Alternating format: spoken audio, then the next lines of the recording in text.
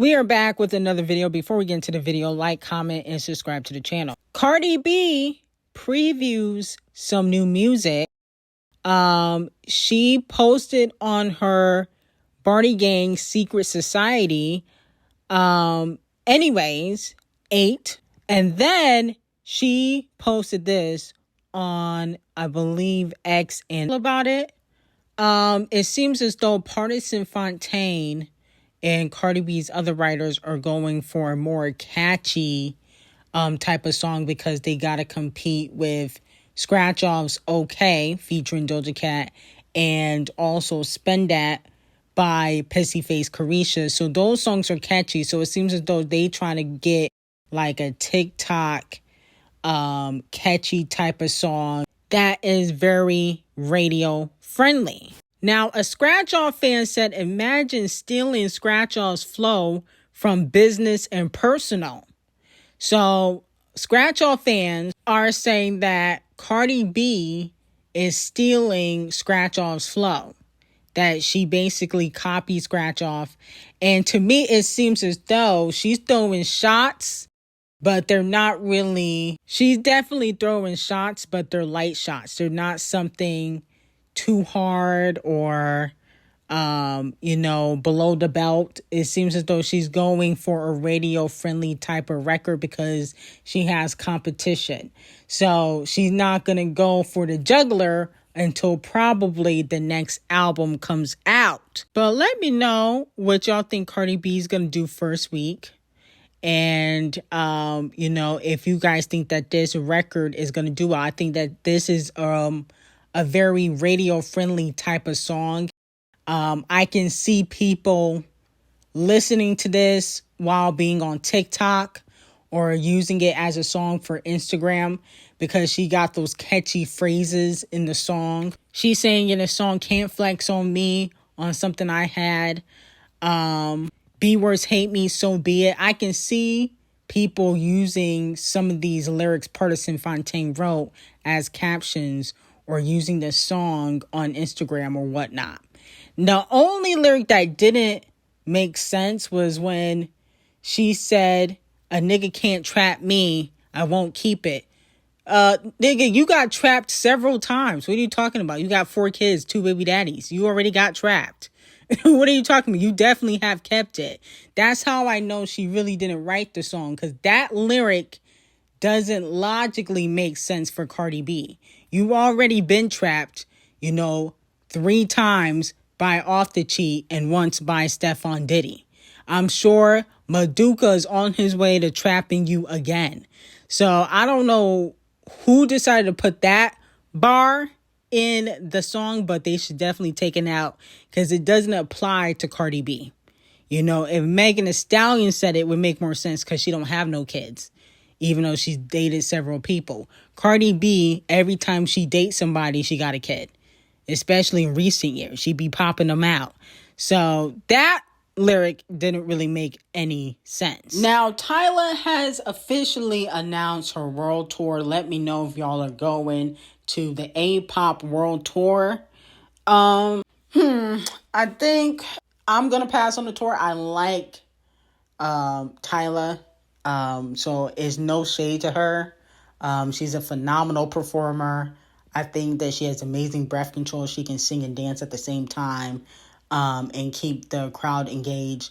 But I heard there's a lot of heavy hitters that are going on tour in 2027. So I'm gonna wait until those heavy hitters announce the tour dates. Okay, Tyla, she is small fry to me. I can watch her on Instagram. I don't need to see her in person. Okay, there's a lot of heavy hitters that are announcing tours in 2027. I suggest some of y'all save y'all coins once it gets announced. And I think that I'm going to go to those tours. No shade. But I'm going to watch the show like you probably on somebody's Instagram live or TikTok live, so that way it's still support, I don't have to be there physically. Now, moving on from that, Tyla's A-Pop is now supposed to sell 13,000 first week, okay, in the U.S. Let me know how y'all feel about that. In my opinion, I would consider this to be a flop, low key. 13,000. That's less than what Scratch Off did. Ugh. Oh goodness. It's clear as day. It's clear as day that Tyler's being sabotaged. This is ridiculous. 13,000. That's the best y'all could do. You gotta be kidding me. You literally gotta be kidding me. No wonder she gotta go on tour. Y'all did not help her at all. Like, really? Did y'all even buy the album? I know I didn't give it a great review, but I at least thought she was gonna do it 20. 13,000? I mean, I didn't think she was gonna sell less than Scratch Off. Okay. This is ridiculous. I suggest Tyler, possibly, make up with Rihanna, publicly, call Ira Star for a remix. Maybe she can get Ira Star on That Girl, female unity, in African music. Maybe she got to get in a PR relationship. I suggested, Damson Idris. I think that would be a good look for her. Yeah, I think she's going to need a lot. She's going to need some payola or something because it's ridiculous. 13,000 is like her selling less than Scratch Off is ridiculous. Like, y'all really hate Tyler. Now, Tyler also said that she was hacked. Okay, again, she sent a message to the hackers, because she previously was hacked on X, that they can keep the account. Now, I don't know what recently happened because she didn't really specify, and I don't keep up with her X account, no shade. But I guess she's been having issues with people trying to get into her account. So let me know how y'all feel about that. Now, Black Panther 3 officially will be released December 15th, 2028. Let me know if you guys are going to support, okay? At least if you're not going to support Tyler, the colored South African singer, you can at least support Black Panther. And a lot of fans want Beyonce and Kendrick to curate the soundtrack. Now, if you guys remember, Kendrick Lamar did the first soundtrack, I believe. All the Stars featuring SZA was a classic. So allegedly, a lot of fans are begging Ryan Coogler to call up the king of rap and the queen of music to come together and work on a soundtrack. It's going to be Black is King meets To Pimp a Butterfly. Okay? Let me know if y'all would be here for. I'd definitely be here for Kendrick Lamar and Beyonce being the producers of Black Panther. I think they're going to do a phenomenal job. Okay? And then we can get The Weeknd, SZA, Tyler on the album. That will be fire. That will be fire. Rihanna can stay home. She already ruined. What was that song she put out that was trash? I think it was called Lift Me Down. That shit was garbage. That shit was garbage. She need to stay home. Okay? Don't put Rihanna on the soundtrack. I wouldn't mind Camel Face though. Camel Face, SZA, Beyonce, Kendrick, Tyler, Ira Star. Ira hop on it, it's gonna be fire. And The Weeknd. We cannot forget The Weeknd. Now, moving on from that, with the success of OK, moving up the charts, Scratch Off's team is trying to do like a collaboration EP, a collaboration album with Doja Cat, because Doja Cat's team believe her and Doja Cat have phenomenal chemistry. They are going on tour together, and that they could possibly make more hit records together. Let me know how y'all feel about that. Okay, if they did more collaborations together, possibly an EP or an album. Here's my thing with Scratch Off. I think Scratch Off, she needs collaborations to chart. If hypothetically Doja Cat wasn't in OK, I don't think it would be moving up the charts. I think it's moving up the charts because everybody likes Doja Cat's verse.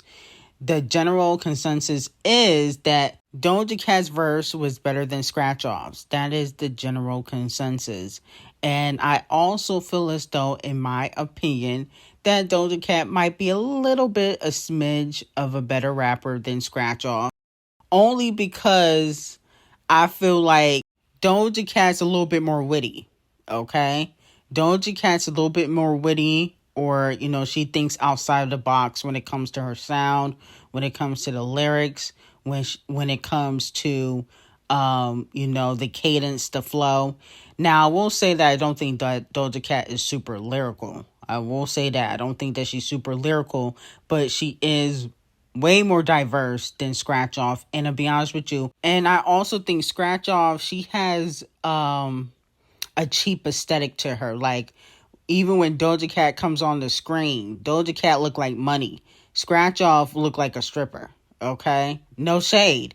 It's something about Doja Cat where she's able to elevate the music video and make it not look super cheap, because you can tell that the budget for it was probably $5,000 total. But there's something about Scratch Off's aesthetic that makes something or everything look cheap. And so I feel like Doja Cat made it look a little bit, you know, more high class, a little bit, not too much, but a little bit more high class.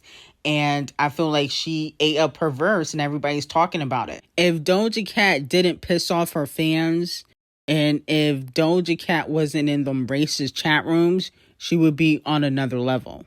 Okay? She's never going to be the number one, you know, female rapper in the game, because a lot of black people don't really like Doja Cat because of what she's done in the past. And that is the honest truth. Now, Chris Brown and Usher, unfortunately, are having issues behind the scenes. As we know, Chris Brown was sued because his dog decided to bite and mauled his housekeeper's face back in 2020. And she sued for, I believe, like $90 million. They did go to trial and she was awarded $13 million. Now, it has been reported by TMZ that Chris Brown's former housekeeper, Maria Avila, is on the hunt for the $13 million she is owed for the vicious dog attack at the R&B singer's home. And she wants to get her paws on the money he's making from his tour with Usher. TMZ has learned in court documents that basically Maria said that Chris has made no effort to satisfy any portion of the judgment, and she now wants the court to give her full access to Chris' financial records so she can seize what she's owed. Maria points out to the judge that Chris is currently on tour with Usher for the R&B tour, which she said he is being paid handsomely. The former housekeeper says she wants all the payments for the tour, any entertainment-related projects or residuals directed to her, because Chris does not appear willing to work with her to get the judgment paid off. So she wants money from the tour, any music that he puts out, any projects that he does. She wants her $13 million from that, because he has not, you know, try to make any sort of payment to the judgment that she is owed, which is $13 million. Now, Usher is pissed off about this. Behind the scenes, he feels like Chris Brown has been getting negative press. He feels like, you know, the lawsuit, but also Chris Brown, unfortunately, will be sentenced on October 26th. He is facing 3 years in jail, and the tour will not be officially over in October. So that means that he could potentially not finish out the tour. And they're doing a stadium world tour, and they signed contracts and everything. So they would technically owe money, not just this judgment, if Chris Brown goes to jail and he doesn't finish the tour because he decided to get into a fight in London. Okay, so Usher is pissed off because he feels like Chris Brown's legal issues is causing negativity in regards to their tour and how people view them. Chris has been getting dragged all over social media, and it's not like Chris Brown is not blackballed. Yes, he's still able to tour and do certain things, but he has openly admitted that a lot of people won't work with him. And, you know, a lot of white people and, you know, other powerful elites won't give him the time of day because of, obviously, the Rihanna situation. So Usher feels like this is like, more negativity that they both don't need. Okay. So let me know how y'all feel about it. If you think Chris Brown is going to go to jail. I think that his lawyers are going to try to fight for him to get like probation. I think they're going to try to fight for that. But Chris Brown does have a history of violence, not just with the Rihanna situation. He has went to jail in the past. So they may take that into consideration and give him at least a year. You know what I'm saying? But his lawyers are trying to fight to get him like probation.